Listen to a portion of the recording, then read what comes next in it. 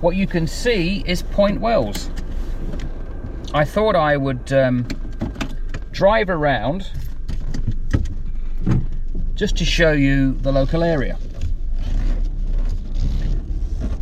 and talk about what I think makes a good book. A little bit about the area, and I've got to check occasionally to make sure this this GoPro is still recording. It has a problem recording. It seems to cut out quite regularly. Supposedly it's to do with the heat. So if the camera angle changes, it's because I'm looking whether it's still recording. I can't see. Actually, I probably would if I put that up a bit. So I live the Northland of New Zealand, and it's called the winterless North because supposedly it never goes below 10 degrees. Well, it has recently. We've had a cold snap.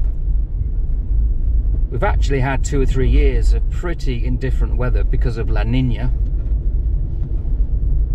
But we're coming close to spring now. And it's currently 16 degrees out there. And it's late winter.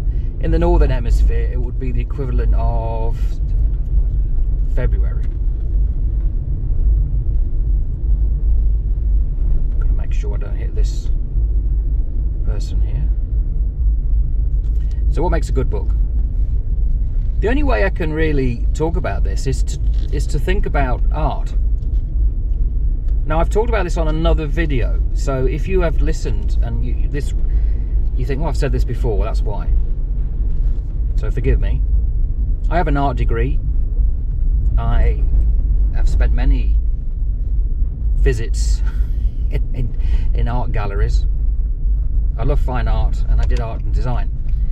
I remember going to the Tate Modern and walking through room after room, famous artworks, and none of them were having an effect on me.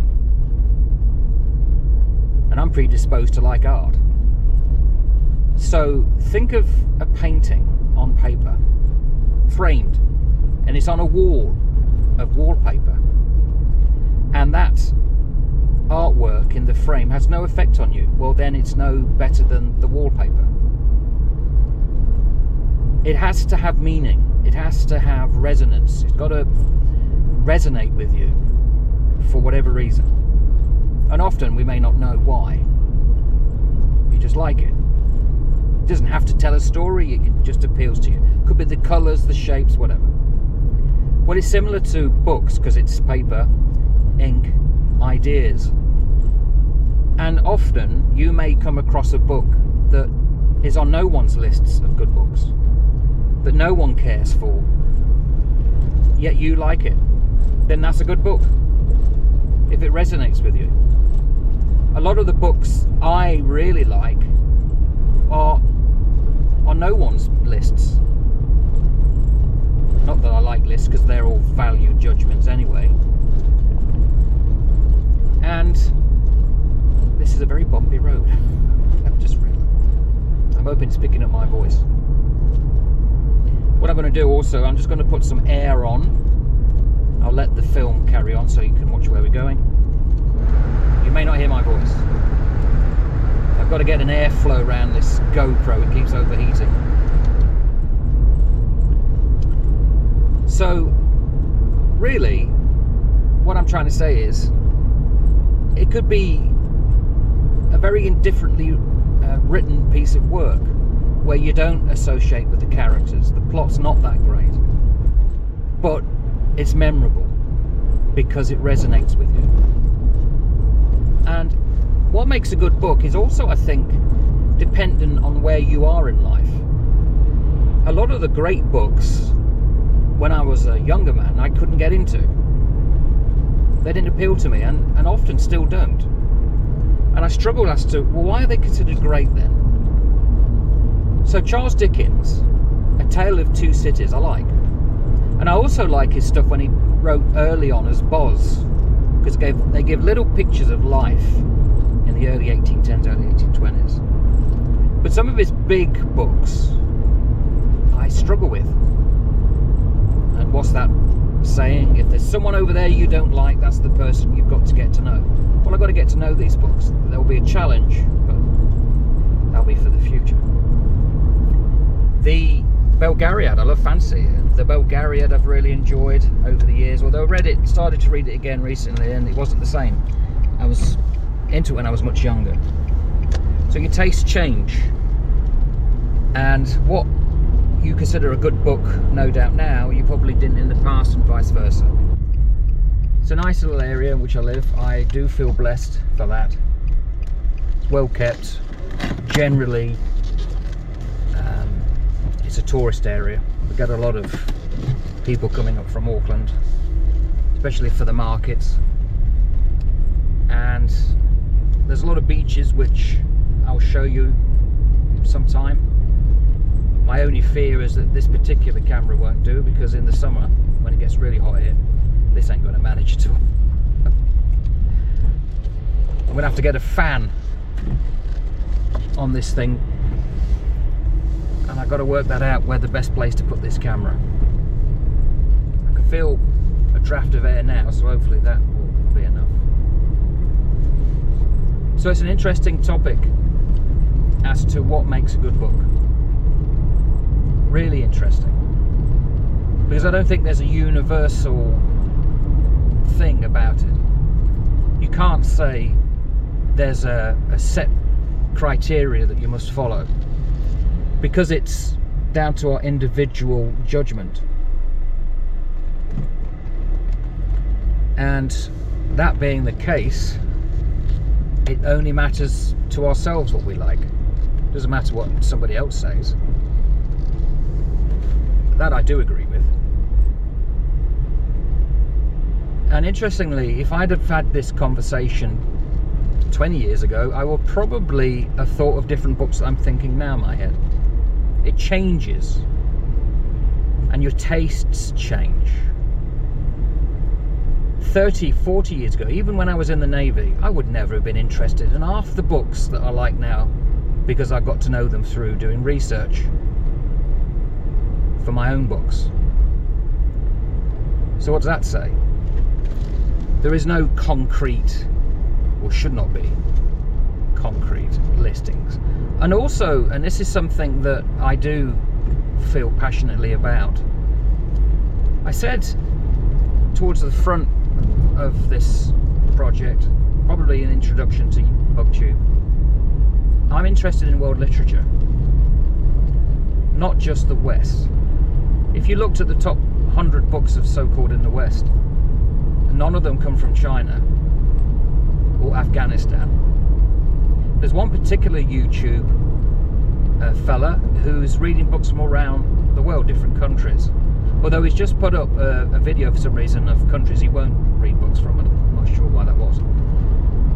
In other words, great books aren't just restricted to the English language or the Western milieu, if that's a word. They're worldwide. And I think it would be nice to be exposed to more of that, which is, I wouldn't say it's becoming a crusade for myself, but it's an interest that I'd like to follow. Oh, I've got roadworks now, look. New Zealand has so many roadwork gangs, it's unbelievable. The surface here in Northland is very porous and causes a lot of potholes. Now, kudos to the transport people. They send out dozens of gangs who are always doing repairs, which means the sight of men and women in fluorescent tops dotted around the roads of Northland is quite extensive. You see them everywhere. Some have to go out to really remote areas as well. So yeah, if it has no effect on your book, then it might as well be artwork. It might as well just be wallpaper. Books that I really have come to appreciate never make any of the top so-called 10s and 50s. Wave hello to him. They are continually overlooked. Yet I respond to them. Well, what does that mean? Just myself. And I guess that's why I don't like lists. Because any list, any ranking, I like this and this, it's a value judgment. Yes, it may be something you like, but that doesn't mean anything apart from yourself. That's what I think. So I will never go down the route of ranking books, because most of the books I like would never be ranked. Especially when it comes to the esoteric and philosophy. It may not be well known. Some of the ideas you may not get.